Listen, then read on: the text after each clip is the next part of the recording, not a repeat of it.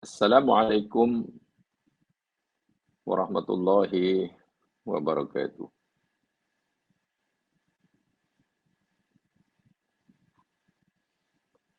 Innal hamdalillah nahmaduhu wa nasta'inuhu wa natubu ilaihi wa nastaghfiruh.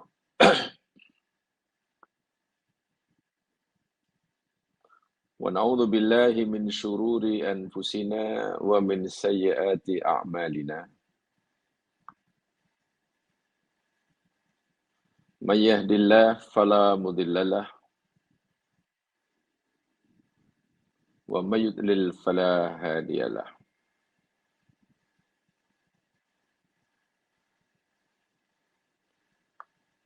Asyhadu an la ilaha illallah wahdahu la syarikalah wa asyhadu anna Muhammadan abduhu wa rasuluh.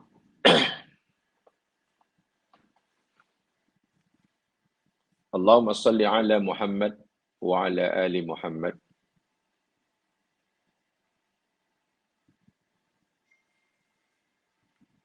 Rabbi shrah li sadri wa yassir li amri wahlul 'uqdatam min lisani yafqahu qawli. Bismillahilladzi la yadurru ma ismihi syai'un fil ardi wala fis sama' wa huwas samiul 'alim. Bismillahilladzi la yadurru ma ismihi syai'un fil ardi wala fis sama' wa huwas samiul 'alim.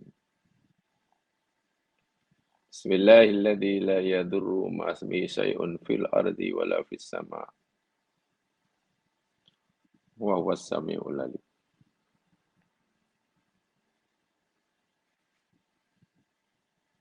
Allahumma asbahna ala fitratil Islam wa ala kalimatil haqq wa ala dini nabina Muhammadin sallallahu alaihi wasallam wa ala millati nabina Ibrahim hanifan musliman wa ma kana minal musyrikin.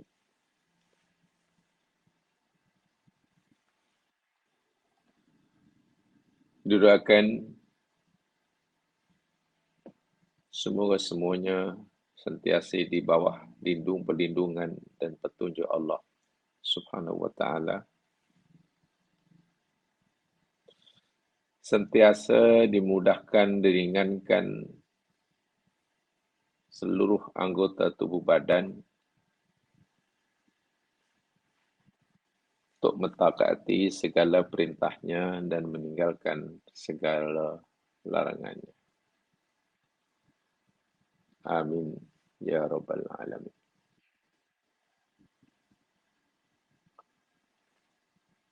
InsyaAllah pagi hari ini kita akan teruskan siri tadabbur kita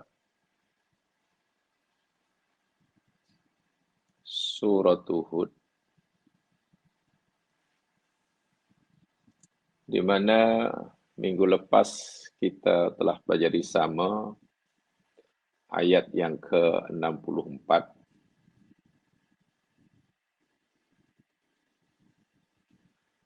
Ayat yang menceritakan tentang respon terhadap cabaran, respon Allah melalui Nabi Saleh terhadap cabaran yang dikemukakan oleh Thamud.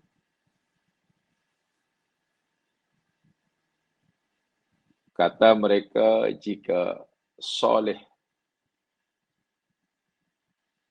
benar-benar utusan Allah, apa yang disampaikan olehnya benar-benar daripada Tuhan semesta alam. Karena menurut Thamud, Saleh Tidak ubahnya seperti mereka juga manusia biasa yang tidak punya apa-apa kelebihan sehingga merasa berhak untuk diikuti. Menurut Thamud, Soleh adalah manusia biasa seperti mereka. Mereka pun tidak punya apa-apa kepentingan, apalagi kewajipan untuk mengikutinya. Sebab itulah mereka mencabar Nabi Soleh, jika benar dakwaan Soleh, fa'ti bi ayah in kuntum shodiqin. Itu cabaran mereka yang Allah rakamkan dalam surah Syu'ara 154.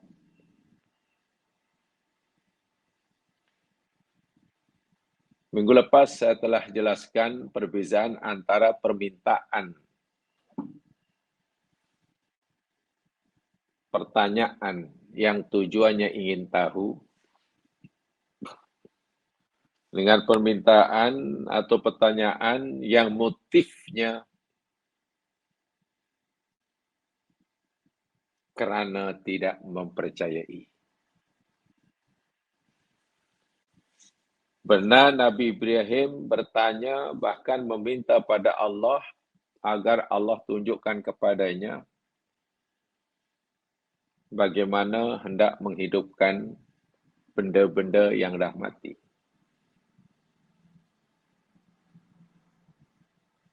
Ibrahim bukan tidak meyakini akan kuasa Allah menghidupkan benda-benda yang dah mati.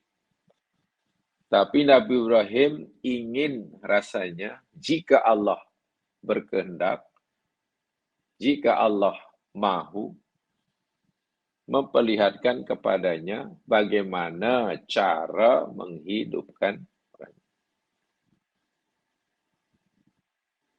Tak ada keraguan sedikit pun pada diri Nabi Ibrahim akan kekuasaan Allah menghidupkan yang mati.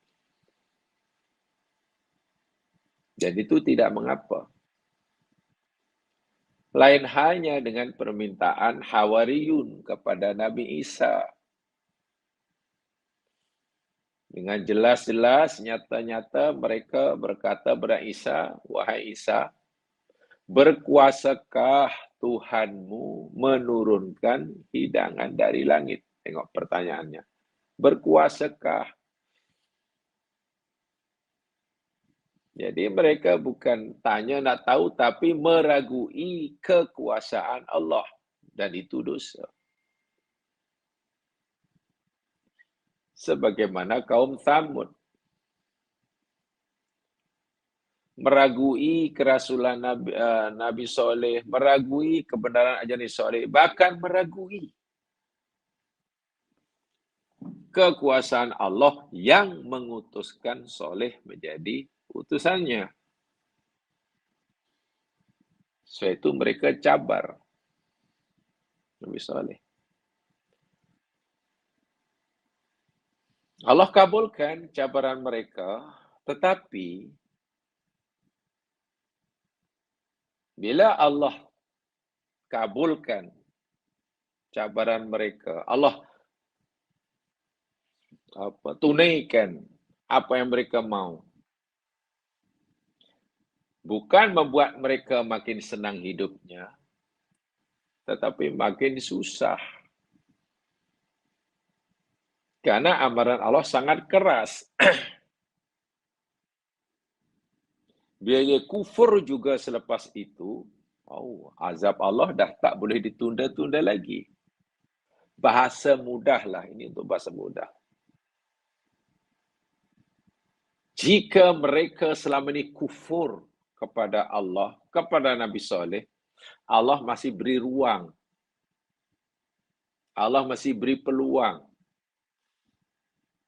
Taubatlah, taubatlah, taubatlah. Allah belum terus timpakan azab pada mereka.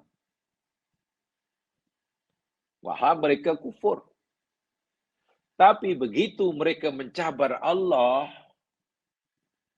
mencabar kekuasaan Allah, dan Allah telah tunjukkan kuasanya depan mereka, jika mereka masih kufur juga, saat itulah penangguhan azab sudah tidak ada lagi. Peluang untuk yang diberikan mereka untuk mengubah keyakinan sudah tidak ada lagi. Dan betul kan apa yang berlaku? Selepas Allah tunjukkan kuasanya menciptakan seekor unta hidup, bukan unta mati. Unta betul.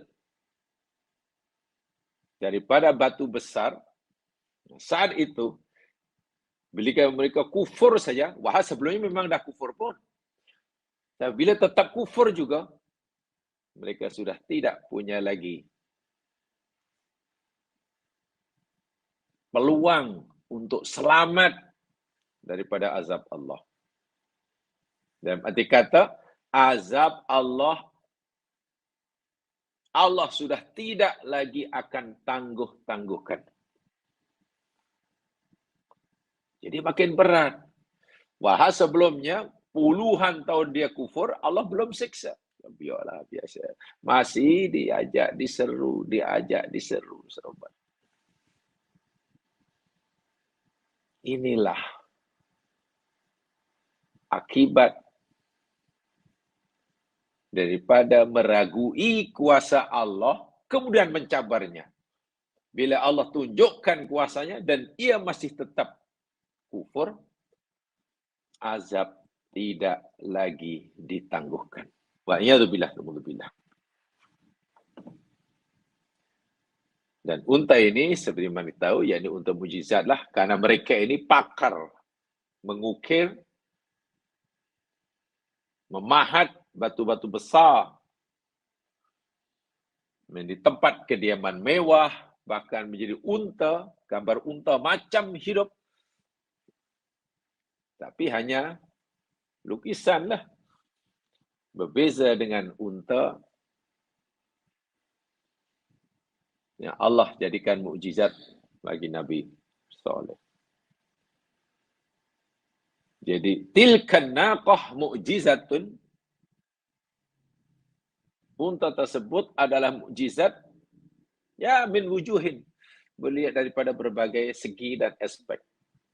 Pertama, annallaha ta'ala khalaqaha minas sakhrah. Allah cipta unta itu daripada batu. Kan luar biasa. Mana ada unta keluar daripada batu kecuali unta Nabi Saleh. Inilah satu-satunya. Unta yang lain, ya karena ada mungkin keluar daripada unta betina jugalah. Setelah dia mengawan dengan unta jantan, bunting, beranak. Begitu sunahnya. Ini tidak. Satu-satunya unta. Hidup keluar pada batu yang kita kata sebagai makhluk mati. Ini mukjizat. Anna ta'ala khalaqa min jawfil jabal summa saqqa anhal jabal. Unta ini cipta oleh Allah daripada lubang kecil daripada bukit berbatu. Dari lubang kecil itu makin merekah, makin besar, kemudian keluarlah seekor unta. Allahu Akbar. Unta hidup. Unta ini pula khalaqah hamilan min ghairi dzakarin.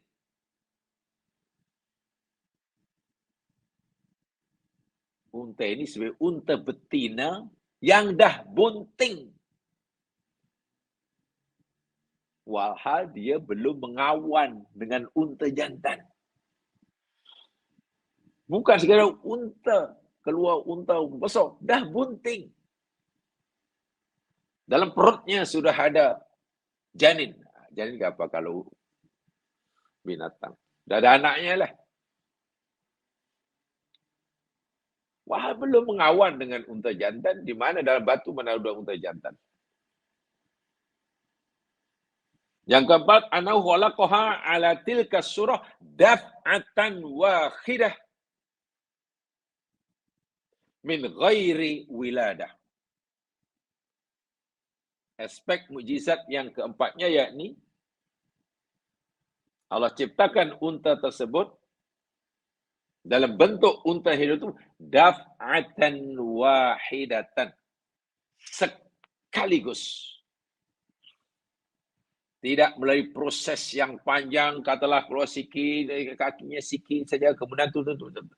Sekaligus.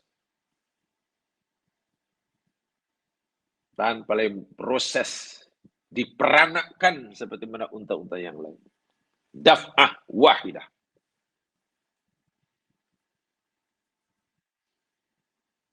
Aspek kemujizatan yang kelima, ma ruya annahu kana lahu syirbul yaum wa likulli qaumi syibuh yaum. Unta ini ada jadual. Ada jadual minumnya. Karena di tempat itu hanya ada satu telaga air, sumber minuman bagi kaum Thamud. Selama ini mereka sajalah yang memanfaatkan telaga air itu, genangan air itu. Setelahlah munculnya unta ini, unta pun perlu minum. Unta seperti unta yang lain. Tapi unta yang lain minumnya terpulanglah. Tak minum kat mana. Tapi unta yang satu ini mesti ada giliran dengan kaum Samud. Satu hari untuk mereka kaum Samud, hari ini, besok untuk unta Nabi Saleh. Hari di mana itu giliran Nabi, kaum Samud untuk minum air itu, unta tidak boleh. Esok pula tiba hari giliran unta untuk meminumnya, kaum Samud seorang pun tak dibenarkan. Langgar saja, siksa. Kan berat itu. Jadi berat. Sebelumnya tak adalah terpaksa berbagi giliran dengan unta. Ini adalah berbagi giliran dengan makhluk lain. Dan makhluk lain itulah unta. Mereka merasa lagi kecewa lagi. Merasa hina. Kita ini bangsa besar. Kita ini bangsa bertamadun. Nak minum pun terpaksa berbagi giliran waktu dengan unta. Wah, perasa lagi ya itu salah mereka sendiri. Itu kesan daripada mempertikaikan kuasa Allah.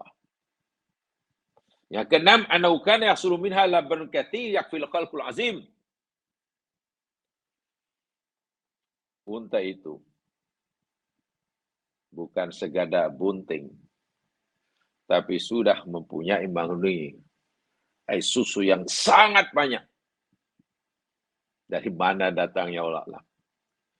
Dan tidak boleh dikacau, tidak boleh diganggu, tidak boleh sakiti. Jangankan dipukul dengan kuat, baling dengan batu kerikil pun boleh menyebabkan turunnya azab Allah Subhanahu wa ta'ala. Berat kan? Ya, taklif Allah makin berat. Tapi taklif itu kerana permintaan mereka sendiri. Ya, dalam Al-Quran. Ketika Nabi SAW mendapat wahyu yang isinya mewajibkan umat Islam untuk pergi menunaikan fardu haji. Walillahi 'alan nasi hijjul baiti man istata'a ilaihi sabila. Hak bagi Allah, wajib atas sekalian manusia untuk menunaikan ibadah haji ke Baitullahil Haram bagi sesiapa yang mampu, yang punya kemampuan. Dan jelas haji wajib. Itu. Wajib mesti dilakukan. Tiba-tiba ada sahabat yang bersemangat. Yang bersemangat. Terus berada depan Nabi. Pergi depan dia lalu tanya, Afikul amin ya Rasulullah. Ya Rasulullah, tiap tahun ke? Haji itu wajib bagi dia tiap tahun ke? Nabi palingkan. Orang ni pergi ke depan Nabi. Tanya lagi, Afikul amin. Ya Rasul, tiap tahun ke? 3 kali orang ditanya pada Nabi. Nabi tak mau menjawab.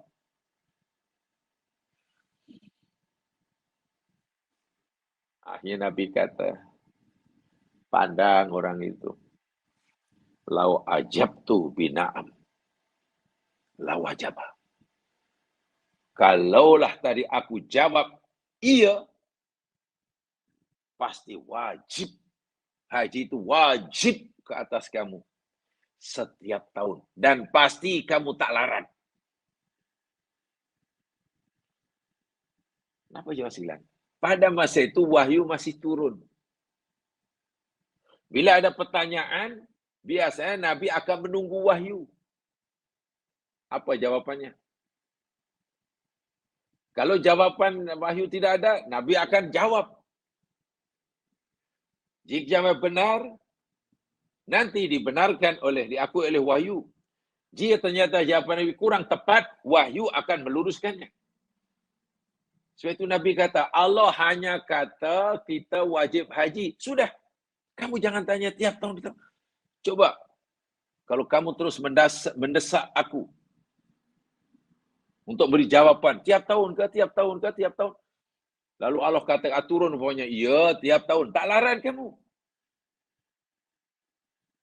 Itu la tas'alu an asya'a in tubdalakum tasukum.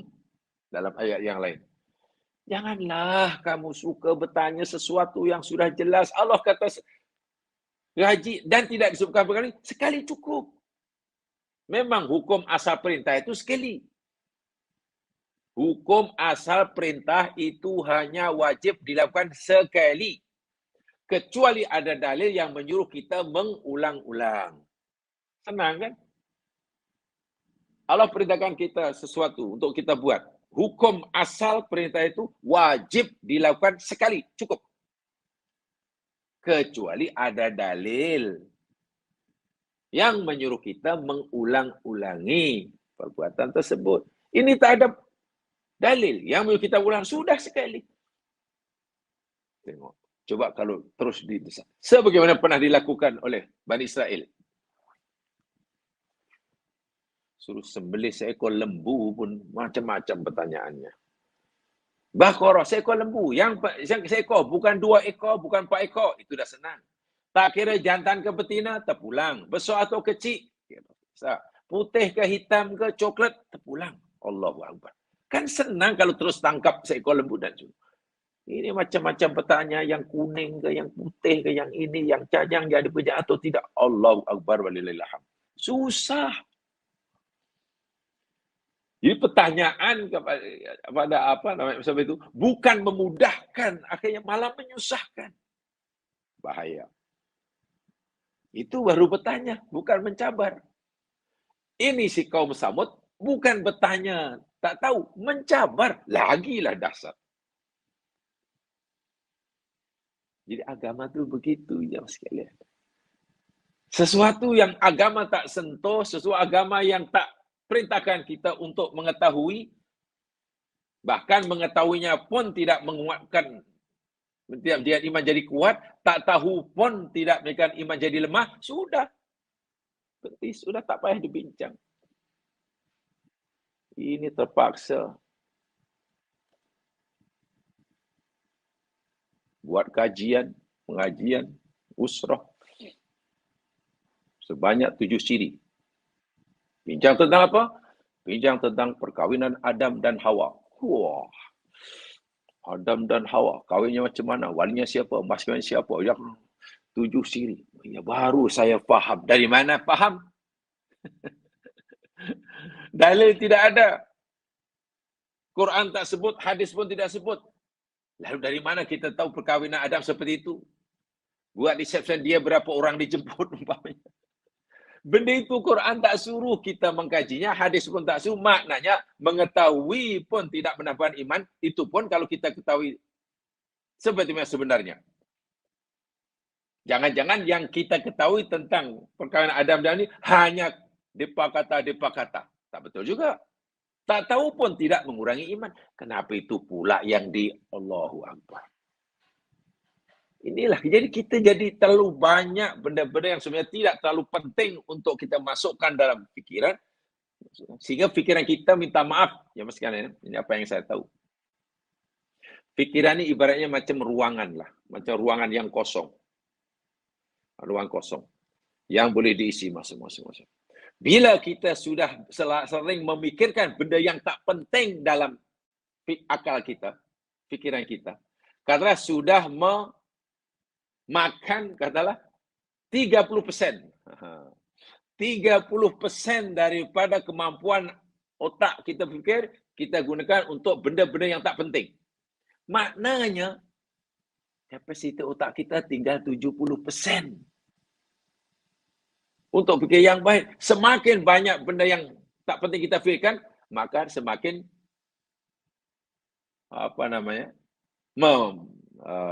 mengurangi kapasiti otak kita untuk benda yang penting-penting. Sebab terhad otak kita itu. Kan rugi 30% hanya untuk benda yang tak penting. Akhirnya benda yang penting kita hanya perlukan 7%. Itu pun kalau 30%. Kalau 40%? Itu pun kalau yang penting semua kita telah fikirkan.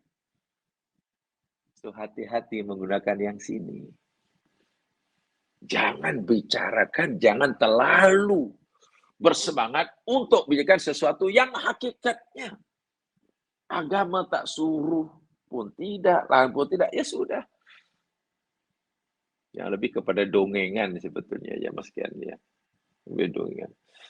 Hati-hati, di situ kena bijak. Ya, satu di antaranya kena fahamlah tentang fiqh aulawiyah itu ya. Fiqh aulawiyah.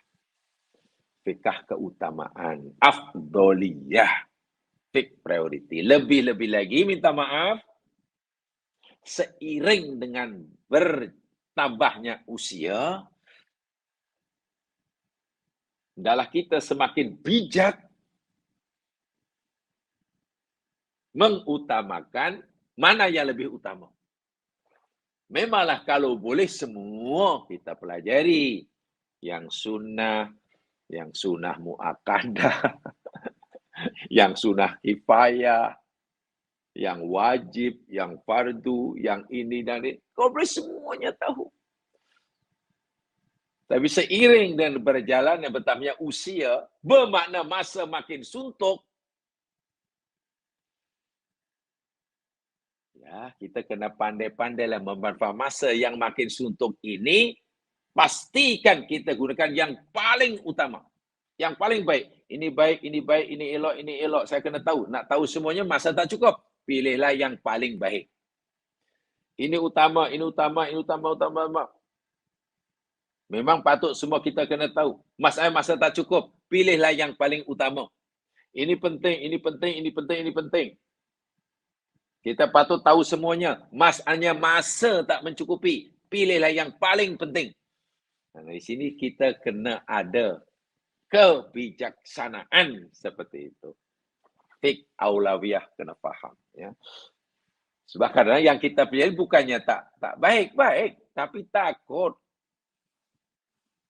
Masa yang sebenarnya kita berikan untuk mempelajari yang lebih penting, kita hanya habiskan untuk yang penting. Kan rugi kan? Yang paling penting terabai, kita hanya dapatkan yang penting. Yang paling utama kita tercicir, kita hanya dapatkan yang utama. Yang paling baik kita tak dapat, kita hanya dapat yang baik. Itu kira rugi. Lebih-lebih lagi kalau kita tercicir yang baik, kita hanya dapat yang kurang baik. Itu lagi rugi. Yang mustahak kita tak dapat, yang dapat hanya benda yang sia-sia. Lagi rugi. Nah, di situ perlu ada kebijaksanaan sendiri. Ya. Baik, apa yang berlaku? Selepas mereka berjaya mendapatkan jawapan daripada Allah, bukti yang mereka minta. Makin senangkah mereka, makin susah. Kita sudah jelaskan. Makin susah. Yang pasti mereka sudah mulai rasa, ya kalau bahasa kita tersinggunglah. Hina sungguhlah kami ni sekarang. Semenjak unta soleh ni ada, hina sungguh kita. Dahlah nak minum pun berjadual, bergilir dengan unta. Unta diberi perlukan 1 hari, boleh minum banyak. Esok masih dah tak dahaga.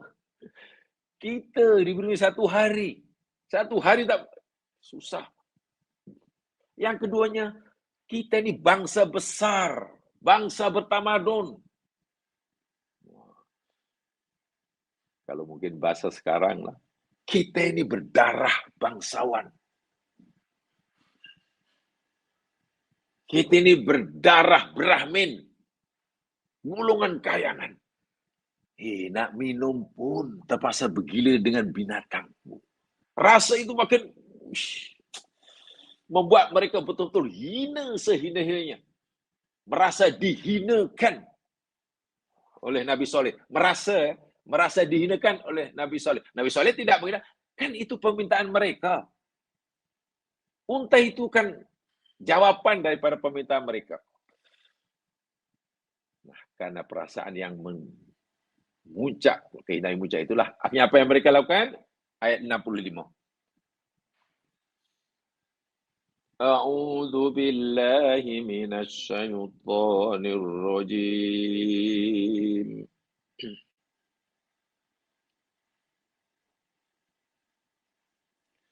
فعقروها فقال تمتعوا في داركم 3 أيام ذلك وعد غير مكذوب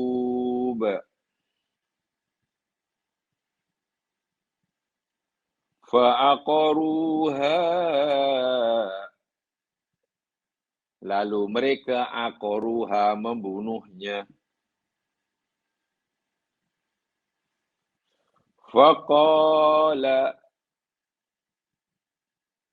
maka berkatalah Soleh, tamatta'u, bersenang-senanglah kamu.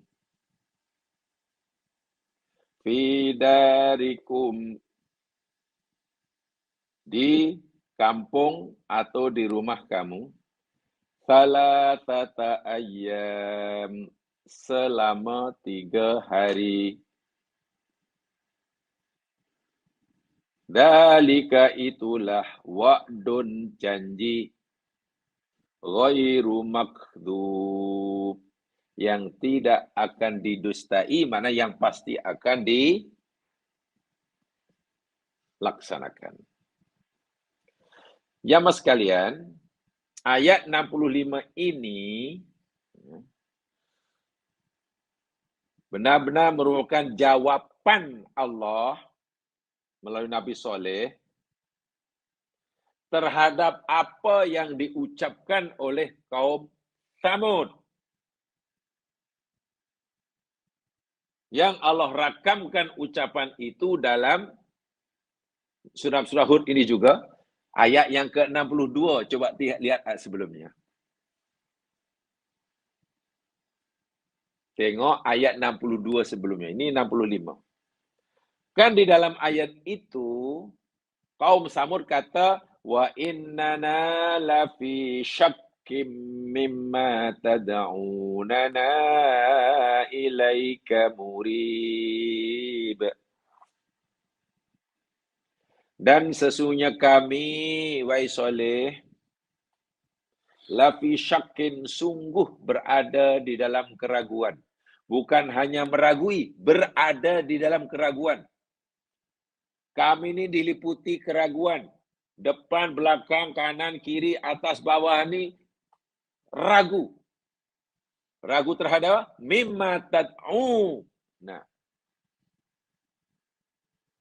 daripada apa yang engkau serukan kepada kami. Apa yang engkau ajak kami, suruh sembah Tuhan yang Esa lah, Tuhan itulah, bla bla. Langsung kami tak percaya. Kami di dalam keraguan. Ilai murib yang meragukan. Sikit pun kami tak ada percaya. Sikit pun tak ada. Kamu kata Tuhan satulah. Kamu kata nanti Tuhanmu akan marah pada kami lah. Kamu kata kami jahat pada Tuhan kamu, nanti Tuhanmu akan azab kami lah. Omong kosong.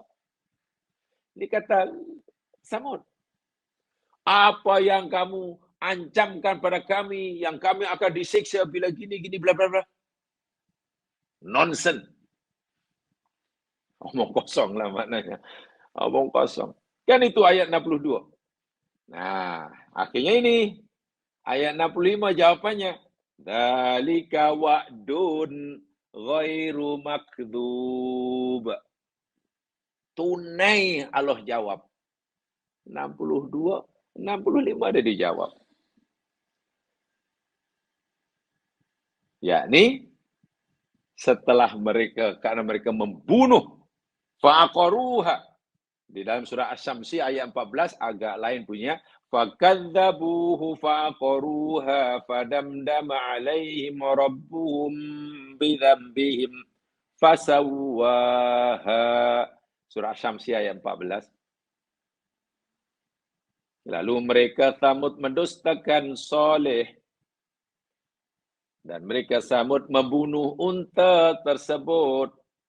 Lalu Allah binasakan mereka dengan sebab dosa mereka, lalu ratakan dia. Allahu Akbar. Jamaah sekalian, Nabi Saleh adalah Nabi dan utusan Allah Subhanahu Wa Taala yang wajib diimani. Nabi Saleh alaihi salam berdakwah di Al-Hijr, nama tempat itu Hijr, yang sekarang lebih dikenal sebagai Madain Saleh. Madain Saleh. Hingga hari ini namanya dikenal seperti itu. Yakni kota-kota Nabi Saleh ini antara Arab Saudi hingga Syria di Syam. Itu dahulu itu dikuasai Nabi Saleh. Di situ daerah dakwahnya memanjang antara Saudi hingga ke Syria, Syam waktu nama dia. Beberapa rumah batu-batu yang diyakini sebagai peninggalan Nabi Saleh di sana boleh lihat. Ya, hingga ke Jordan jemaah boleh lihatlah. Luar biasa peninggalannya. Bahkan itu UNESCO telah menetapkan sebagai peninggalan warisan dunia. Apalah itu UNESCO punya kerja. Yang ada warisan tak boleh diusir karena ini warisan dunia. Salah nanti masuk penjara. Walaupun itu peninggalan Tsamud. Tapi ada hikmah juga sebab dengan begitu itu ayat bagi kita. Manusia yang diberi kehebatan, ilmu, pengetahuan, teknologi canggih pada masanya yang tak dapat dikalahkan oleh bangsa lain pada waktu itu dan mungkin juga hari ini. Tapi kerana tidak mengenali siapa Tuhan yang menciptanya. Tidak mengakui Tuhan yang memberinya dia ilmu.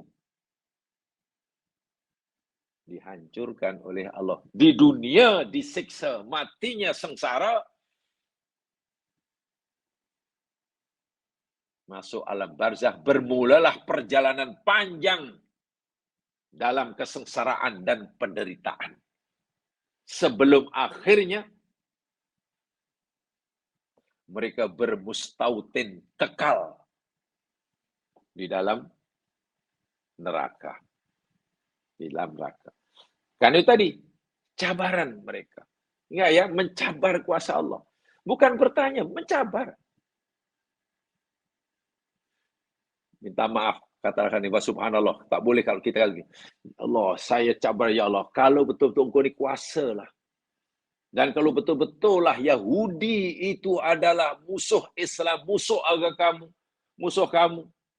Kau benci mereka, kenapa engkau biarkan ya Allah? Kalaulah betul-betul kuasa, tunjukkan kuasa. Jangan. Kalaulah engkau mampu, kenapa engkau biar? Jangan. Itu tidak boleh. Okeylah kalau itu yang kata orang kafir, ya memanglah tak mengapa. Sebab ini cabaran. Saya tunjukkan ayatnya ya, supaya jemaah faham betul benda ini. Bukan benda yang remeh. Coba jemaah lihat ayat ini.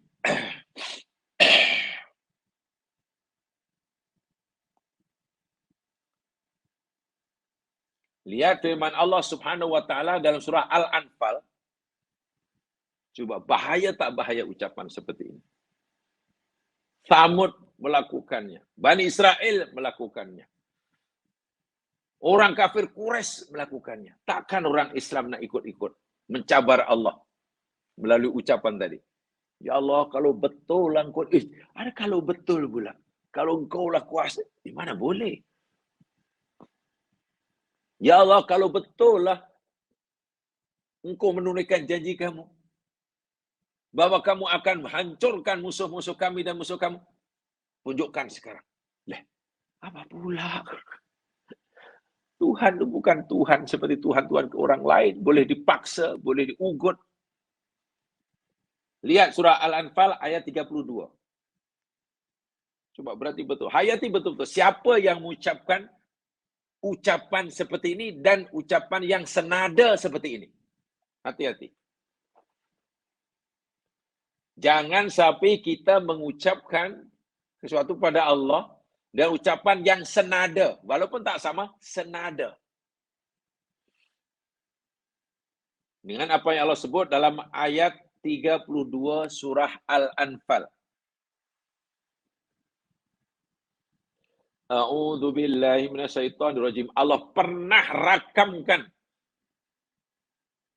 cabaran orang kafir Quraisy. Ini orang kafir Quraisy nih kepada Nabi Muhammad.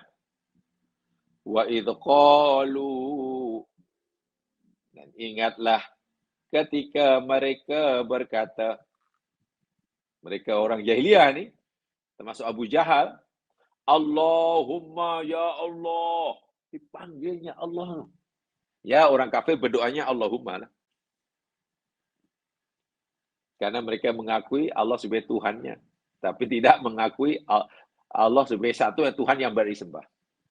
In kana hadza huwal haqqa. Ya Allah, jika adalah orang ini, mana Muhammad, yang dibawa oleh orang ini, mana Islam, huwa adalah ini, al-haqqa, kebenaran. Kalau betul lah orang macam ini adalah utusan kamu, min indik, dari sisimu. Kalau betul lah engkau alantik dia sebagai utusan kamu kepada kami, karena kami tak percaya. Kami pernah siapa dia, masa kanak-kanak. Apa yang dia makan, kami makan, dia minum. Kami tak percaya langsung. Tapi kalau betul lah ini utusan kamu, yang disampaikan ini ajaran kamu, fa'amtir alaina hijaratan minal sama. Turunkan hujan batu menimpa kami daripada langit. Bukan turun hujan air, hujan batu. Maknanya, ya Allah, binasakan saja kami dengan ditimpa hujan batu. Atau kalau kurang dahsyat, awitina bi'adzabin alim. Atau kalau itu kurang dahsyat, kurang mengerikan, iktina, datangkan kepada kami azab yang sangat pedih. Tak kisah. Maknanya mereka begitu ingkar kepada Allah, begitu degil, tidak percaya pada Allah, hingga mencabar Allah. Dalam bahasa mudahnya, ya Allah, kalau betul lah ini utusan kamu. Karena kami tak percaya. Lebih baik kami mati daripada melihat ia utusan kamu. Allahu Akbar walillahil hamd. Matikan saja kami ini dengan cara mati yang mengerikan. Daripada melihat orang ini sebagai utusan kamu. Itu luar biasa itu. Pertanyaannya. Ingat, ini orang kafir mencabar Allah. Apakah Allah kabulkan? Ya, karena dia umat Nabi Muhammad tak kabulkan. Abu Jahal tidak mati di timpa hujan batu. Orang kafir juga tidak mati di Nabi tidak melihat umatnya disiksa di hadapannya ketika Nabi masih hidup. Tidak. Nabi-nabi sebelum Muhammad semua berpeluang menyaksikan kaumnya yang degil disiksa oleh Allah di depan matanya, melihat sendiri. Nabi Nuh melihat anaknya bahkan mati tercungap-cungap, ditelan air. Nabi Musa melihat sendiri, Nabi Suhaib melihat sendiri, Nabi semua. Nabi Soleh melihat sendiri, Nabi Lot melihat sendiri. Nabi Muhammad, Allah tak beri peluang melihat kaumnya yang kafir ditimpakan azab yang dahsyat dan Nabi menyaksikan. Nabi ini rahmah.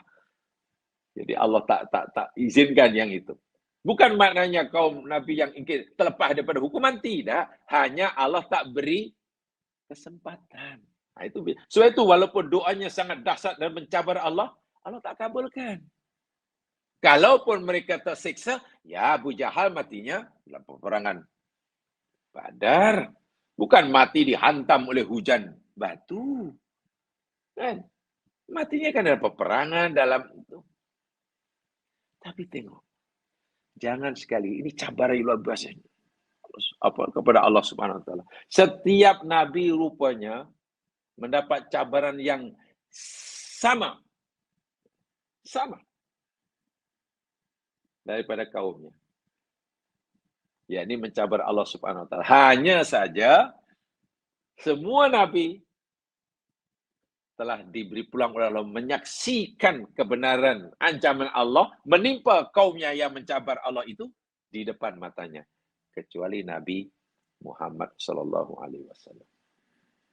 Baik, jemaah sekalian, mari sekarang kita halusi pemahaman kita terhadap ayat ini. Fa'aqaruha. Surah Hud 65 pun aqaruha. Surah As-Samsi ayat 14 pun aqaruha. Aqara, ya mas sekalian. Ya, aqara mungkin di situ terjemahnya membunuh ya, membunuh. Tapi aqara ini jamaah sekalian, sebenarnya makna asal bukan membunuh. Aqara itu muradif kepada qata'a, memotong.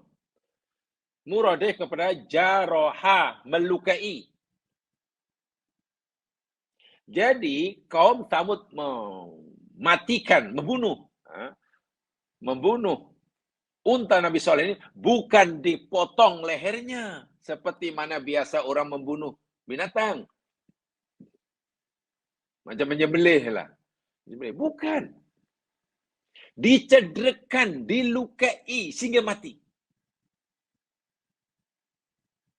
Ya, saya ulangi. Dilukai, dicederakan sehingga mati. Dalam tafsir macam-macam terjemahnya. Ada yang kata mereka pukul kakinya hingga terluka, patah. Kemudian ada dicucuk tikam perutnya, ia keluar. Jadi maknanya unta itu memang matilah akhirnya, tapi dengan cara yang menyakitkan, bukan mati disembelih lehernya terputus, bukan. Coba mana yang lebih mengerikan? Katalah orang membunuh lembu dengan cara disembelih. Mulialah lembu itu pun mungkin terima kasih. Terima kasih karena matinya dengan cara disembelih lehernya putus. Tapi kalau lembu itu dimatikan cara macam mana? Dibaling dengan batu, dilastik matanya, dicucuk perutnya, dipukul kakinya hingga patah, lukai sikit-sikit. Kan tersiksa. Jadi mereka ini bukan hanya menyiksa, membunuh unta, menyiksa hingga mati. Karena bencinya. Wah, jika mereka membunuh dengan cara elok pun tetap disiksa oleh Allah. Ini kan pula mereka membunuh unta dengan cara aqara. Yang makna asalnya dari segi bahasa qata'a, memotong-motong. Jaraha, melukai. Jadi caranya sangat-sangat menyakitkan. Wa'iyadzubillah. Allah tak kata faqataluha. Tak. Kan? Bukan faqataluha. Tapi fa'aqaruha. Aqaru. Jadi, membunuh itu sebenarnya kesan daripada perbuatan aqara. Kesan. Akibat akhir, mati ya. Tapi cara ia mematikannya sangat-sangat mengerikan, menyakitkan, zalim sungguh. Jadi dengan siksaan dah. Baik, saya bacakan jemaah sekalian untuk mengambil keberkatan ilmu yang ditinggalkan oleh ulama tafsir agar ilmu mereka ilmun yuntafa'u bih dan mereka akan terus baca dapat pahala. Saya bacakan apa kata Ibnu Katsir. Bukan dalam kitab tafsirnya, tapi kali ini saya sampaikan kata Ibnu Katsir dalam kitabnya Al-Bidayah wan Nihayah. Bukan dalam kitab tafsirnya ya. Bukan dalam Ibnu Katsir, tapi dalam kitab beliau berkaitan dengan tarikh bidayah ni ya. Faqala lahum Nabi Saleh alaihissalam, lalu Nabi Saleh berkata, "Ara'aitum in ajabtukum ila masa'altum 'ala al-wajhi alladhi talabtum?" Baik kaumku Samud, aku nak tanya kamu. Tolong beritahu aku. Jika aku berjaya mengkabulkan apa yang kamu minta kepada aku sesuai dengan permintaan kamu, atu'minuna bima ji'tukum bi?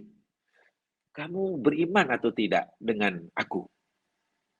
Kamu menerima atau tidak apa yang aku sampaikan? Ini kata Saleh kepada Samud. Kamu minta pada aku sesuatu, bukti. Ya Saleh, ya Saleh. Sekarang, jika aku berjaya menemukan bukti kepada kamu sesuai dengan apa yang kamu minta, ada kamu nak beriman pada aku? Kamu akan bersedia menerima ajaranku? Wa tusaddiquni fima ursiltu bih, dan kamu akan membenarkan dengan risalah yang aku diutus dengannya? Qalu. Samud waktu menjawab, "Naam." Ya Saleh, ya. Ya, kami akan percaya. Syaratnya engkau tunjukkan pada kami bukti sesuai dengan apa yang kami minta. Fa'akhadha uhudahum wa mawathiqahum ala dhalik. Lalu Nabi Saleh pun mengikat janji mereka. Dalam bahasa sekarang, mematrai perjanjian. Dah buat perjanjian lalu dimatrai.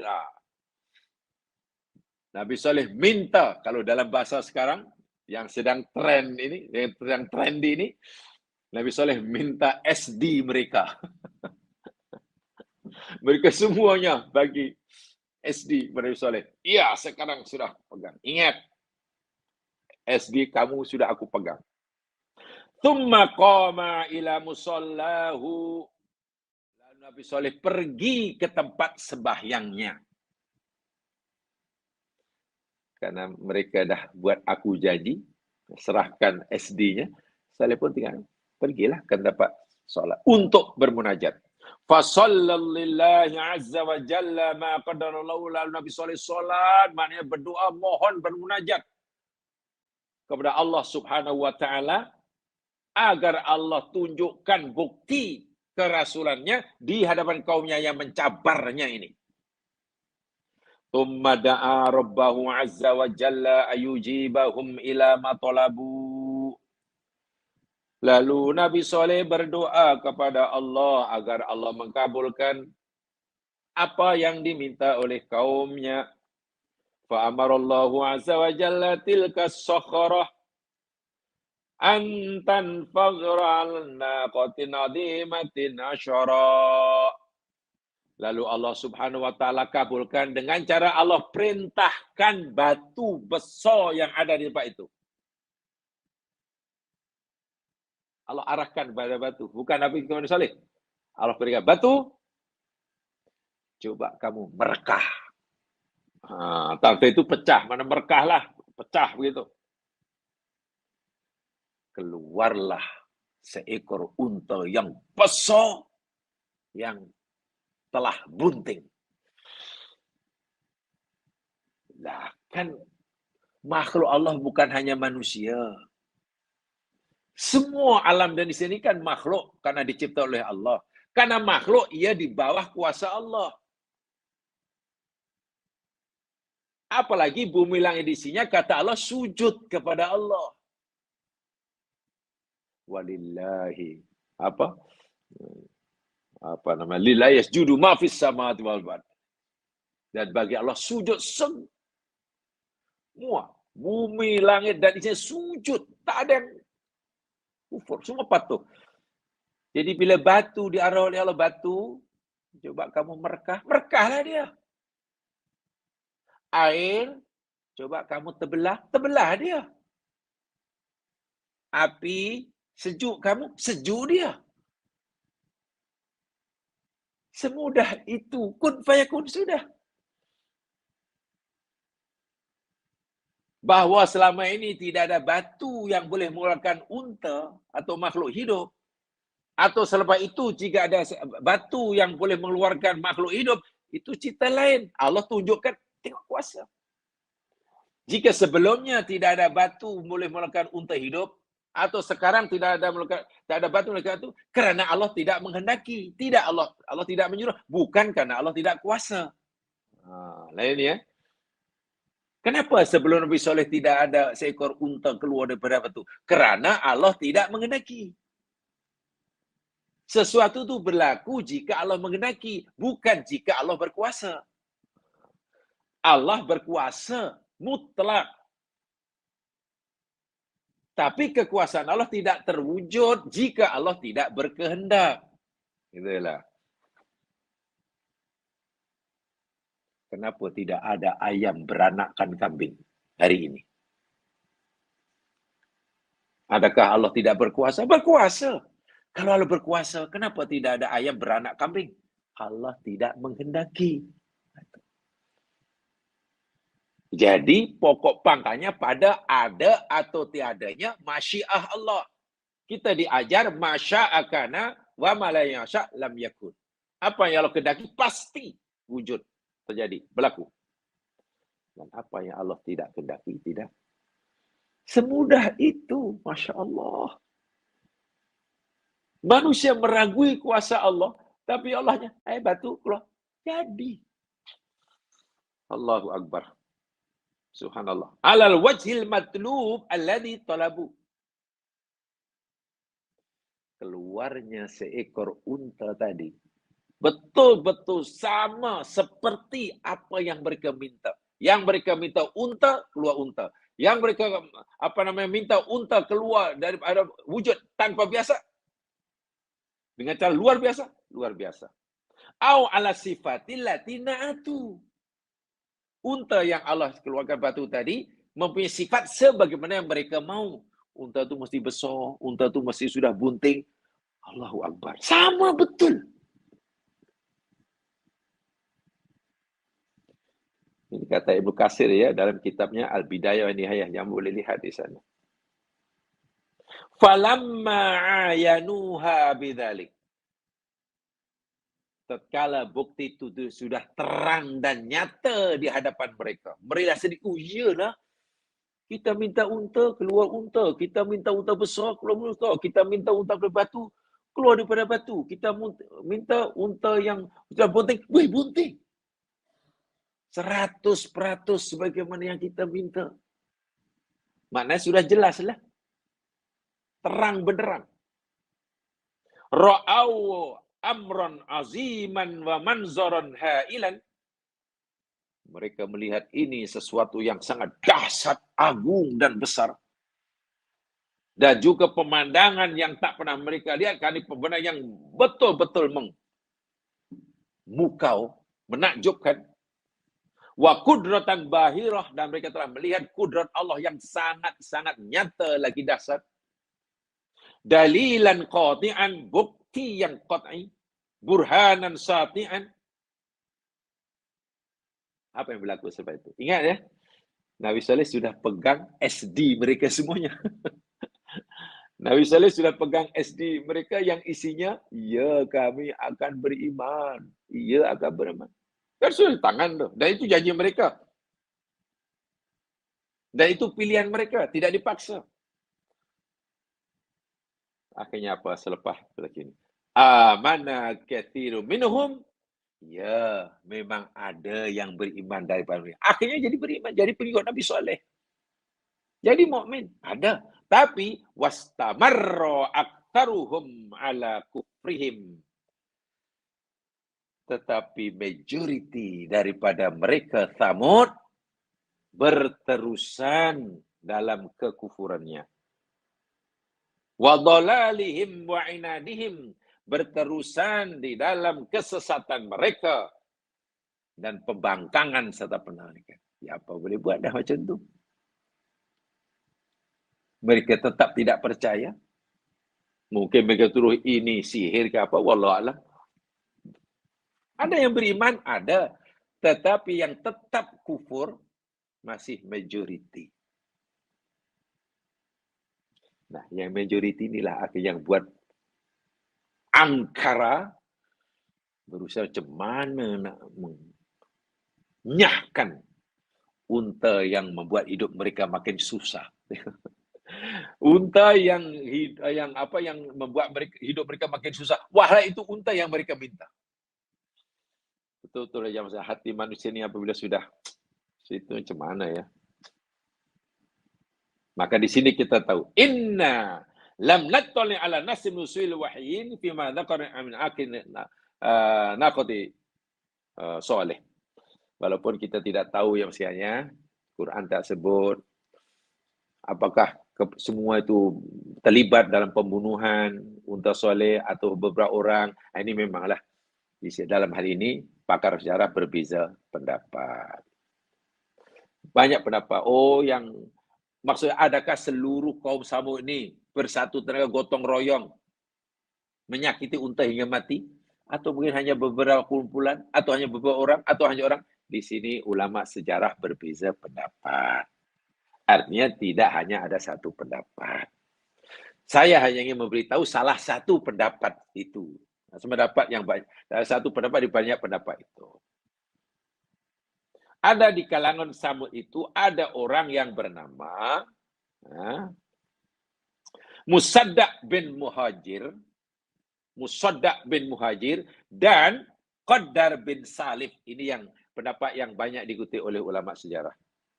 Seorang namanya Musaddaq bin Muhajir, yang seorang namanya Qaddar bin Salif.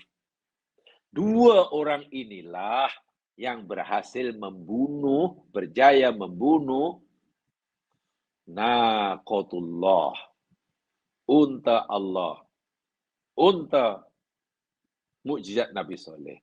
Itu hanya satu pendapat ya, maknanya ada pendapat yang lain, tapi tidak mengapa. Kita tahu atau tidak tahu siapa pembunuh unta itu, seorang ke, 2 orang ke, 10 orang, tak jadi masalah. Karena ini tidak ada kaitan dengan iman atau tidak. Itulah masalah. Saya hanya memberikan contoh saja. Jadi dalam bab itu kita tidak perlu menghabiskan masa yang sangat panjang untuk bahkan tak tahu pun tidak apa. Tapi kita yakin unta itu dibunuh oleh kaum saleh. Itu yang perlu kita yakini.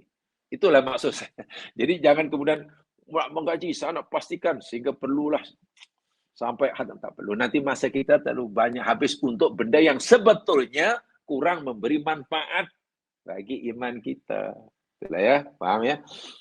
Setelah dibunuh atau setelah berlaku pembunuhan, ya Mas kan, sebagaimana dalam ayat tadi, Nabi Saleh, nampaknya kamu ingkar janji. Kamu kata nak beriman. Tapi ternyata kamu tetap saja kufur. Tak apalah kepada yang kufur, Allah beritahu aku supaya beritahu kamu, tamatta'u fi darikum thalathata ayyam. Tak apalah. Bersenang-senanglah kamu di negeri ini, tempat kamu ini 3 hari saja. Maknanya kamu hanya ada 3 hari sahaja. untuk hidup mulai daripada hari ini. Allahu Akbar. Ngeri tak ngeri? Kamu hanya ada masa 3 hari sahaja untuk hidup di dunia ini bermula hari ini. Selepas tempoh 3 hari, kamu akan dihancur leburkan. Matimu dalam keadaan su'ul khotimah, masuk alam barzah, kamu mulai menjalani perjalanan panjang dalam kesusahan, keperitan, kesiksaan, hingga akhirnya destinasi akhir neraka kekal abadi. Luar biasa. Jadi ayat ini sudah Allah memberitahu pada mereka apa yang akan berlaku dan pasti berlaku. Ini namanya ijaz ikhbari zamanil hadir. Dahulu pernah kita sentuh sedikit ya. Al-Quran ini yakni merupakan ada ijaz. Ada nilai mukjizat. Salah satu aspek mukjizatnya yakni dari segi perkhabaran, pemberitahuan. Quran memberitahu tentang peristiwa yang akan berlaku. Quran memberitahu peristiwa yang setelah berlaku. Sesuai dengan yang realitinya. Quran memberitahu pada kita peristiwa yang sedang berlaku. Yang tidak diketahui, tapi hanya dapat diketahui karena Quran beritahu. Itu Quran ada tuh. Jo contohlah, Nabi Muhammad SAW sedang diminta maaf dalam Quran code, yakni Nabi sedang diperdayakan oleh istrinya, oleh Hafsah, kan begitu kan? Bakat dengan Aisyah Ummul Mukminin. Supaya mereka jika nanti balik ke rumah, bagi tahu Nabi Muhammad, kami tak sukalah bau mulutmu. Kamu sedang minum gomarah lah. Kamu tak, saya tak minum itu. Yang diminum Nabi adalah madu. Tapi karena mereka tak suka Nabi pergi ke rumah salah seorang istrinya, jadi buat ceritalah. Akhirnya Nabi terlanjur mengharamkan, tak apalah. Untuk menyenangkan, menyejukkan hati istrinya yang sebenarnya punya niat kurang baik, Nabi bersumpah, ya Allah, demi Allah, mulai hari ini aku haramkan minum madu atas diriku. Nabi tak tahu yang sebenarnya Nabi diperdayakan. Benda yang berlaku, yang sudah berlaku, Nabi tak tahu. Lalu Quran beritahu. Nah, ini namanya ijaz ikhbari di zamanil hadir. Di zamanil hadir. Ada pula ijaz ikhbari, pemberitahuan Al-Quran tentang peristiwa yang akan berlaku. Sebelum ia berlaku, Quran dah beritahu dan nanti akan berlaku sebagaimana yang diberitakan. Jadi bukan ramalan. Contoh ini. Karena kamu telah membunuh unta Allah. Dan sebagaimana yang Allah telah sediakan akan timpakan siksa, Allah bagi peluang pada kamu untuk hidup di dunia ini selama 3 hari sahaja. Mulai hari ini. Setelah itu kamu akan dihancur leburkan. Ini kan benda yang akan berlaku. Tapi Quran sudah beritahu dan pasti akan berlaku seperti itu. Ini namanya ijaz ikhbari li zamanil mustaqbal. Itu banyak sekali. Dalam surah Rum, baca surah Rum. Surah Rum itu kan penuh dengan ijaz ikhbari dan juga ijaz ikhbari. Ulibatir Rum inilah. Kagum nanti. Jadi bukan ramalan ya, bukan ramalan. Ini dia. Akhirnya apa yang berlaku zaman sekarang betul. Setelah unta itu dibunuh oleh mereka, tentulah Nabi Soleh sedih sekali. Sedih bukan mengenangkan unta, nasib unta. Unta itu milik Allah. Tapi sedih karena kenapalah kaumnya makin jahat. Itu. Ya. Unta memanglah dalam di sini kedudukannya dizalimi kan. Tapi kan itu milik Allah. Yang sedih. Tapi Nabi Soleh sebenarnya sedih karena kenapalah kaumnya makin jahat, makin jahat. Yang tentunya bila makin jahat, siksa yang Allah akan timpakan pun makin berat. Begini jam sekalian, mungkinlah kalau kita melihat ya, Kalau kita melihat Nabi Muhammad dihina banyak kan. Ya, kita sedih kan. Pasti sedih. Tengok Quran dihina. Sedih. Kita sangat sedih. Boleh jadi kita sedih karena Qurannya dihina. Quran sesuci itu dihina. Boleh, tak mengapa. Itu fitrah. Tapi kalau kita renungkan, sepatutnya kita lebih sedih melihat orang itu. Orang itu, kamu ni orang yang diancam oleh Allah dengan siksa. Dan siksa itu berat. Kenapa kamu sekarang hina Quran? Yang dengan sebab kamu hina Quran, siksa yang kamu akan lebih berat daripada sebelumnya. Kalau kita katalah ada perasaan sayang pada orang pelaku tadi, pasti kita sedih. Nabi Soleh sayang pada kaumnya. Melihat kaumnya makin degil, bermakna siksanya makin dasar, tentulah sedih sekali. Hiba. Macam Nabi Muhammad lah. Sebab Quran itu sendiri, jika diminta maaf, Quran sendiri kata dihina, dimaki, ditolak, Quran tetap benar. Itu masalahnya. Hakikatnya Quran ini tidak akan kurang nilai kebenarannya, walaupun didustakan oleh seluruh umat manusia. Karena Quran itu firman Allah. Al-Haq. Hak itu satu di antara makna yang disebut tetap kekal. Tak akan terpengaruh. Quran disanjung, Quran diamalkan, Quran diimani oleh seluruh manusia. Nilai kebenaran Al-Quran tidak akan bertambah. Quran dicela, dihina, ditolak oleh seluruh manusia. Nilai kebenaran Quran tidak akan kurang sikit pun. Kalau begitu, sikap kita kepada Al-Quran, mau percaya atau tidak, itu kembali pada kita. Bila kita mengakui Al-Quran, manfaatnya kembali pada kita, bukan pada Al-Quran. Bila kita menghina, mencerca, menolak Al-Quran, madaratnya bukan menimpa Al-Quran, tapi menimpa kita. Karena Quran ini milik Allah. Kan begitu kita diajar dalam akidah. Seluruh manusia menyembah Allah, kuasa Allah tidak akan bertambah. Seluruh manusia kufur pada Allah, kuasa Allah tidak akan berkurang. Sebab dia Ghaniun. Jadi misalnya Allah. Sedih melihat kau, kenapa? Aku sayang kamu. Kalau saya gunakan bahasa yang agak keras ya, yang agak kasar, agak keras ini. Seakan-akan Nabi Saleh kata, wahai kaumku, kalaulah kamu mati sebelum kamu membunuh unta Allah ini, kamu disiksa sebab kamu tolak aku. Sekarang, bila kamu nanti mati, selepas kamu menyiksa menganiaya unta ini, kamu akan disiksa dengan siksa lebih berat. Jadi dari segi logiknya, kan elok mati sebelum membunuh unta. Karena siksanya relatif lebih ringan. Walaupun berat jugalah sebab kufur kan. Dengan sebab kamu lakukan jenayah besar, siksanya makin. Jadi aku sedih, aku sayang kamu. Tengok sifat Nabi ni, Masya Allah. Lainlah kalau Nabi itu benci umatnya, lagilah. Bila Nabi benci kaumnya, tengok kaumnya disiksa oleh Allah, alhamdulillah, syukur padan muka. Mungkin padan muka. Mungkin.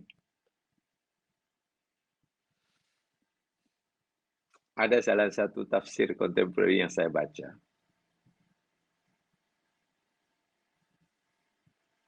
Salah satu daripada hikmah, itu hanya pendapat ya. Kenapa Nabi Lut disuruh oleh Allah untuk meninggalkan kaum negeri dan kaumnya sebelum pada malam itu juga, sebelum azab Allah menimpa negeri dan kaumnya. Karena azab itu akan turun pagi-pagi. Kalau tinggalkan. Ya, kalau tengok Al-Quran, rahasianya begitu jelas lah. Karena Nabi Lut dan pengikutnya diselamatkan. Itu jelas sekali. Sebab kalau di situ aja kan terkena juga. Betul, tak apa. Yang keduanya, jamaah sekalian. Yang keduanya. Itu tadi. Nabi Lut ini cuma sangat sayang kepada kaumnya. Sangat sayang. Walaupun pada mereka yang masih menolak itu, Nabi Lut masih punya harapan suatu hari ya, dengan lemah lembut, dengan lembut dan lain sebagainya. Ya lihatlah kisah yang ketika Nabi Lut dapat tetamu malaikat menjelma menjadi anak muda yang handsome. Kaumnya semua tengok bagaimana sayang. Nabi Lut sangat sayang, menghormati tamu dan juga sangat menyayangi kaumnya walaupun jahat.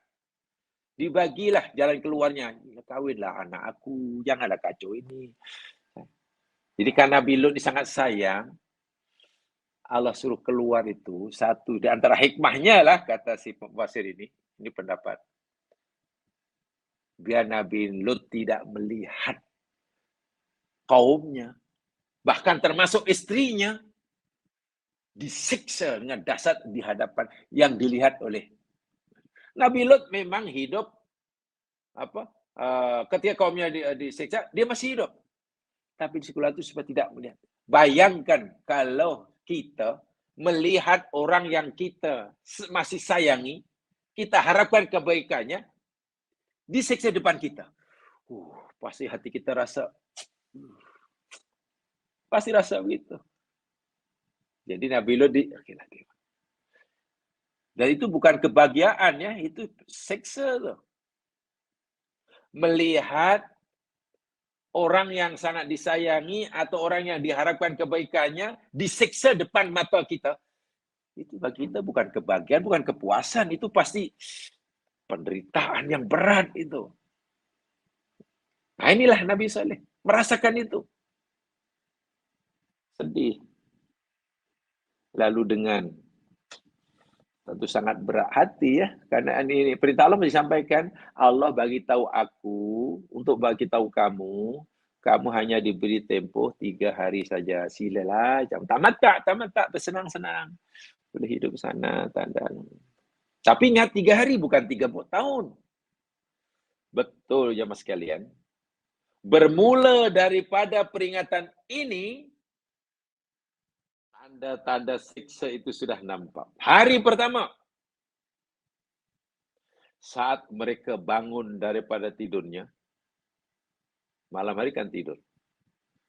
Pagi-pagi bangun terjadi tidur, mereka melihat wajah mereka sudah berubah warna menjadi kekuning-kuningan. Kuning. Berubah. Semua cuman apa saya wajah kita tiba jadi kuning. Macam daun asnya hijau jadi kuning. Nampak daun ini nak gugur nih.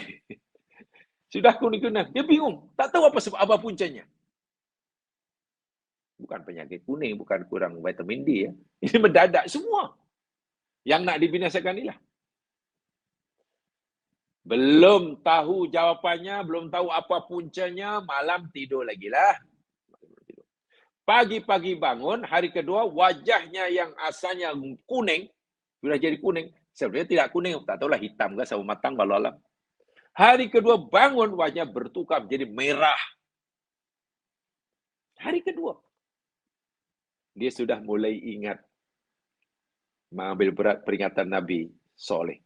3 hari dia begitu. Jangan-jangan betul nih. Jangan-jangan betul kata Soleh itu. Tapi kita mengalami perubahan dari hari pertama kuning, sekarang merah pula. Pada hari ketiga, bangun tidur hari ketiga, wajahnya sudah berubah jadi hitam. Macam terbakar. Ya, macam terbakar. Itu hari ketiga. Betul, hanya 3 hari mereka hidupkan. Hari keempat, turunlah azab yang luar biasa.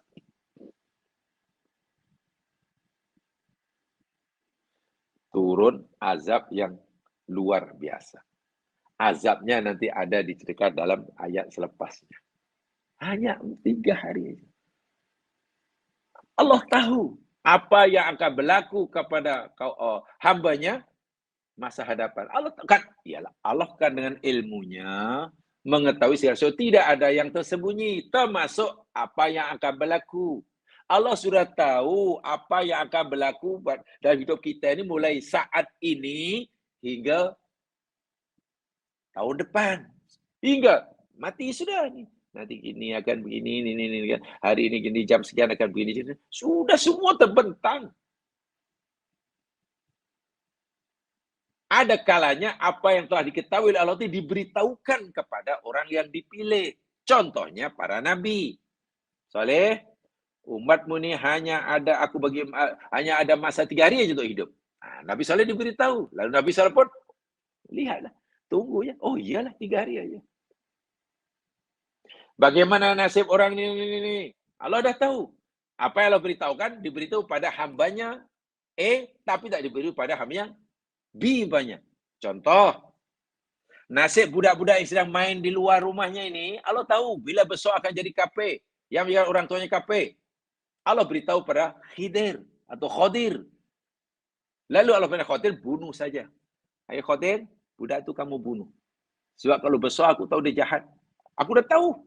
Orang tuanya pun sekarang mukmin, nanti jadi jahat. Elok matikan sekarang, biar dia mati dalam keadaan fitrah. Orang tuanya pun terjaga imannya. Nanti aku akan bagi lagi anak si pengganti yang lebih baik. Allah tahu itu. Dan Allah beritahu pada Khidir. Lalu Khidir pun melaksanakannya. So itu Khidir ketika membunuh budak tadi, tenang. Tak rasa bersalah, ya tenang. Karena dah tahu hakikatnya berlaku. Nabi Musa yang oleh Allah tidak diberitahu, walaupun dia Rasul, protes. Kenapa engkau bunuh budak ini? Apa salah budak ini? Ini perbuatan yang mungkar. Tak sepatutnya. Ya biasalah, tidak tahu apa yang berlaku. Hakik yang berlaku, Nabi itu diberitahu. Ya, kita senang menjawabnya. Kan aku dah kata, kamu pasti tak mampu bersabar bila kamu berguru dengan aku. Tempoh hari kamu ingin jadi muridku. Mula-mula aku tolak karena aku yakin kamu tak sabar. Kamu pula berjanji, bersabar, tak akan bertanya. Aku letakkan syarat jadi murid aku, syarat 1, jangan tanya. Tengok apa aja diam. Sebelum aku sendiri menceritakannya. Itu aja syarat dia. Tak ada bayaran. Tak ada bayaran, tak ada yuran, tak ada apa-apa. Tapi rupanya Musa tak sabar. Bagaimana nak sabar? Yang belaka itu berlawanan dengan ilmu yang Allah berikan kepadanya. Nah inilah ilmu Allah. Kita tidak boleh meraguinya. Apa yang Allah beritahukan pada kita, walaupun dia belum berlaku, kita wajib yakin. Wajib yakin. Tidak boleh meraguinya. Apalagi menolaknya. Betul. Hanya dalam masa 3 hari. Mula bangun tidur. Hari pertama, muka berubah jadi warna kuning. Hari kedua, warna merah. Hari ketiga, hitam. Macam terbakar. Nah, hari keempat itulah turun bencana yang luar biasa dasarnya. Apakah bencana itu? Nah, bencana itu nanti ada dalam ayat yang berikutnya nanti insyaAllah. Dalam ayat berikutnya nanti akan diceritakan apakah azab yang Allah timpakan kepada kaum Nabi Soleh. Walaupun di dalam Al-Quran, nama azab itu dengan macam-macam nama. Macam-macam nama. Ini yang mungkin kita perlu memahami ya. Kita perlu memahami lebih ini. Kadang-kadang Allah gunakan so'ikoh, kadang Allah gunakan tohiyah, Allah kadang gunakan rajfah. Yang betul tu apa ni? Azab yang Allah timpakan pada kaum Samud yang hancur tu so'ikoh ke? Soyhah. Soyhah tu so'ikoh lah. Atau tohiyah ke? Atau rajfah. Karena ketiga-tiga itu Allah sebut. Mungkin dengan beberapa istilah itu kita boleh memahami sifat azab itu. Jadi itu bukan nama, itu sifatnya. Jadi azab itu sifatnya, yakni ada soyhah, kemudian ada toyah, juga ada rajfah. Itu menarik itu untuk dikaji. Dan itu kaitannya dengan alam semesta. InsyaAllah kalau kita sedikit banyak mempelajari tentang ayat kauniyah, akan lebih mudah memahami azab Allah. Maksud saya, kita tidak hanya meyakini, karena Allah kuasa, kun fayakun, bukan setakat itu. tapi kita juga memahami, oh azab itu karena berlaku seperti ini. Betul, Allah itu punya kuasa kun fayakun. Tapi kalau segala sesuatu kita fahamnya kun fayakun, ya ilmu akhirnya berhenti ya. Kan berhenti. Kenapa ya? Pokok itu manggis itu manis, cili itu pedas, tebu itu manis, yang itu masam. Pasal apa ya? Lalu kita, ya kun fayakun. Masya Allah sudah selesai. Nah kalau itu jawaban kita ya Mas, pasti kita berhenti belajar. Pasti. Sehingga perintah Allah untuk kita mempelajari ciptaannya ini akan kita lakukan. Karena kita sudah, ya itu kuasa Allah sudah. Kenapa kita pikirkan? Tidak. Ada yang susah bagi Allah. Bila aku hendaki manis, manilah mas. Kenapa kita pening-pening pikir? Ini bukan pasal pening-pening pikir. Allah suruh kita pikirkan. Anda bayangkan kalau kita dapat memahami macam mana cili boleh pedas, tebu sebenarnya boleh manis. Betul. Itu kuasa Allah. Tapi kalau kita coba nak mencari macam mana proses, pasti iman kita pada Allah akan lebih kuat. Begitulah maksud saya. Tapi kalau semua masalah yang berlaku di alam semesta, kita hanya kata, kuasa Allah, kun fayakun. Ilmu tak akan wujud. Dan itu menyalahi Al-Quran. Kenapa menyalahi Al-Quran? Karena Allah suruh kita mengkaji alam semesta. Akhirnya kita tidak mau mengkaji alam semesta karena kita sudah punya dinding, sudah punya break. Breaknya apa? Tengok kejadian. Itu Allah kendaki sudah kun fayakun. Kun fayakun. Macam mana ni bayi boleh lahir ni? Macam mana? Ya, kun fayakun. Lahirlah baby. Coba kalau semua begitu. Ada orang doktor pakar baby, pakar apa namanya ni embriologi, pakar itu pakar ni. Tak ada. Karena semuanya sudah kun fayakun. Jadi dunia berhenti dan itu menyalahi Al-Quran. So itu saya kata tadi. Dengan berbagai istilah yang Quran berikan tentang azab yang Allah tiban pada Thamud, ada kalanya soihah, ada yang apa tadi, togia, ada yang rojfah. Itu bukan azab itu macam-macam, tapi ia merupakan sifat azab itu. Nah itu nanti insya Allah kita akan bincang. Jadi itu hari yang keempat, sebab 3 hari mereka masih bernyawa. 3 hari masih bernyawa tapi sudah menderita. Inilah. Dalam 3 hari masih hidup, bernyawa, masih boleh tengok, mungkin boleh makan, tetapi menderita. Habis masa yang ditentukan 3 hari, hari 4, itulah dihantam oleh azab yang sana. Yang Allah nyatakan di dalam apa namanya ayat tadi, yakni apa? Wa'dun. Dalika wa'dun. 3 hari itu adalah janji. Ghairu makdub. Yang tidak akan didustakan. Maknanya pasti ditunaikan. Dan betul. Subhanallah. Maha suci Allah. Kurang lebihnya boleh dimaafkan. Subhanakallahumma bihamdika. Asyhadu an la ilaha anta astaghfiruka wa atubu ilaik. A'udzu billahi wal 'asri innal insana lafi khusr. Illa alladziina aamanu wa 'amilus shalihaat wa tawassaw bil haqq wa tawassaw bis sabr. Assalamualaikum warahmatullahi wabarakatuh.